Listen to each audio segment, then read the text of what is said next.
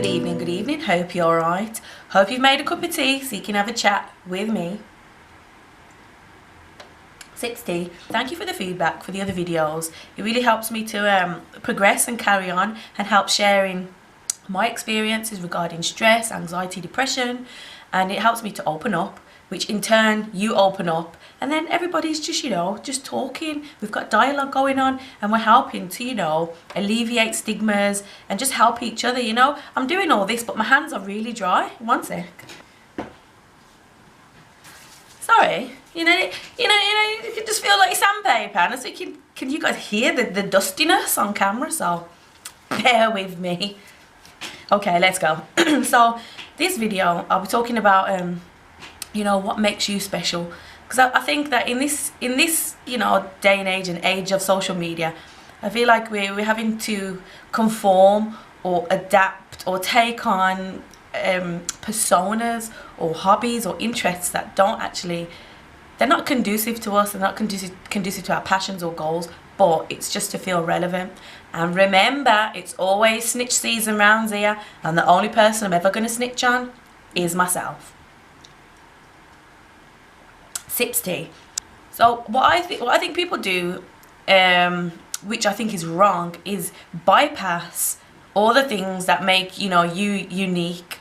First of all, we are unique by default anyway. There is only one of us. Even if you're a twin, a triplet, a quadruplet, you're still an entity on your own. You are still one.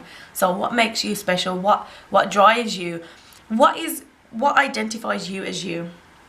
Think about it. What I used to do, especially on my old Instagram, in order to get likes, because remember, likes generate self-validation. Self-validation means you can function in today's world.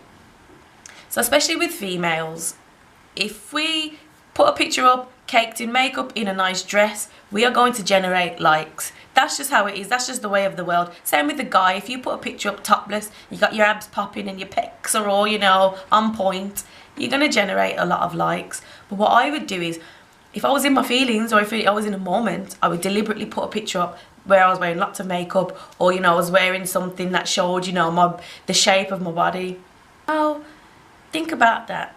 I've consciously put that up there, knowing that I'm not feeling good, knowing that the only reason why I'm going to generate those likes, it's because of the way my face looks in that moment and the way my body looks in that moment. So actually I feel worse, but I'm just so desperate to be noticed. Sips tea. Instead of capitalizing on what I'm good at, I can cook, I'm an alright singer, there's little things that I could have put up that would have generated likes because people genuinely liked it, and I genuinely liked it. Okay, so what I would do as well is say put up a progress picture, ensuring that I look my best in the picture, and my bottom is all showing and the contour in my back and this and that, knowing that it's going to generate a lot of likes. Oops, forgot to put my phone on silent, bear with me. Anywho, yeah, so knowing that picture would generate a lot of likes. Now, don't get me wrong, I live for hump day on a Wednesday on Instagram. All the girls get the bums out, I'm here for it. I'm not mad at all you peach bummed girls. However, it's all about context.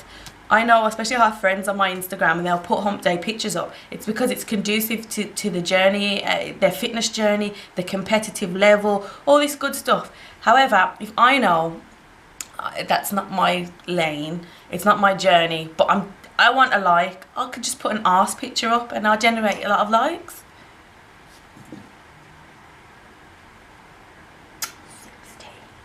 But it's not who I am.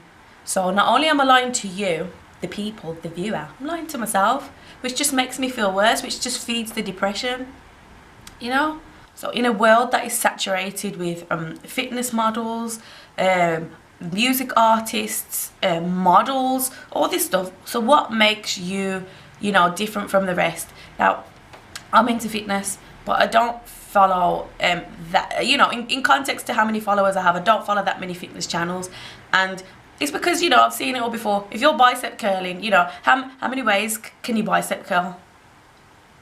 it's just not interesting. So I follow channels that are interesting. Either the workouts are interesting or the personalities are interesting to watch. So what I'll do is I'll link my favorite fitness channels on the screen, either here. I don't know what the graphic's going to be. You've got to understand, I'm new to this editing malarkey, but they're interesting because it's the workouts, the personalities, or it's just interesting to watch. So like I've just said, in a field that is oversaturated, in fact, the fitness industry, what will make you different? Just think about it. As a music artist, what makes you different? You know, is your sound different? If you have a generic sound, what is it about your image, the way you compose your music? What makes you different? And if you don't know what makes you different, that's okay. It's about growth, it's about progression, transition, and finding. The moment you jump on someone else's bandwagon and try to do something else that someone else is doing, it doesn't work. It doesn't suit you. It's like me putting on, I don't know, putting on a mini skirt and stiletto heels. It won't suit me. First of all, I'm a chunky girl. I've got no business wearing mini skirts. But I'm just saying it won't suit me because it's just not who I am. Just find out what it is that gets you going with your passion and then own it. What can you do to be different? Do you know what I mean? 60. And that's another thing. It's staying in your lane. Now that's quite a standoffish sentence. Stay in your lane, stay in your lane. It's not. Because what happens in a race, in an Olympic race, you come out your lane, you're disqualified. Use that same principle. So if I have a project, if I want to design a dress, so I'm designing this dress and I see someone else's design and I think, you know what, I like that. It's not my design. I can get inspiration. That's fine. Get inspiration. It's perfectly okay. But the moment you start copying, going out in someone's lane, you're going to be disqualified. Maybe this design has intricate details. It's an intricate process that I have no idea. I don't know anything about this process. But because I'm too busy, not believing in my own project and, envying or being, stay in your own lane. Do what you do best. Do what you do. And do it well. Own your own stuff. And it doesn't matter what it is. If you're a cake decorator, a carpenter, a plumber, whatever it is, own it. Because in a market, let's just take cakes for instance. I'll link my 2 favorite cake accounts here or here, don't know. They're unique in their own way. And the moment you own something, it's easily identified. Oh, I know. That's Kyra's Kitchen's cupcakes because that's her thing. She's nurtured her talent. And she's owned it. So it's easily identified in a market that's saturated. How many cake businesses do we all know? Just make it your own. Everybody, excuse the pun, because we're talking about cakes, but everyone can have a slice of the pie and slice of the cake. Just stay in your lane, own what you do well, and make it happen. 60. So what makes you so special? In a world of 7 billion people and rising, what is it that makes you special? Just figure it out.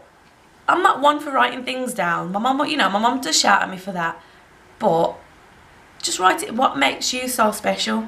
I mean, number one for me, I'm the world's most epic mug collector. What makes you so special? And act on it. Doesn't have to be a talent. You don't have to juggle, backflip, sing. You could be good with numbers. Now, I think anybody who knows maths, who enjoys maths, is talented, is a genius. My mum loves maths.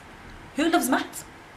So she loves maths, physics, chemistry. But that's her thing. I think my mum is very talented, amongst other things. She doesn't just do those. She's Wonder Woman. So if you're good with numbers, if you're good at cleaning, and people say, oh no. Some people, could be a talented cleaner. Could be a talented cleaner, could be a talented decorator. All these things, whatever it is, that is your talent, that makes you own it. Be the best cleaner out there. Be the best decorator out there. Be the best mathematician. Be the best singer. Anything, just whatever it is that's yours, make it yours. I keep saying depression comes when you're just looking elsewhere and you feel like you don't belong because this person's doing that or that person's doing that. It's so cliche and it's so, But just look inside yourself. What is it that you do that only you can do? Capitalize on it, nurture that talent, feed it, water it, and I'm telling you, you'll be flying. So I must go, and even though I said good evening at the beginning of this video, I am recording it in the morning. I'm looking out the window and it's snowing, so I'm gonna go before it gets crazy so I can run my errands. But guys, what is it that makes you special? Talk to me, and always remember to make a cup of tea when you come and chat with me. It's cold, but it's alright. Sips tea.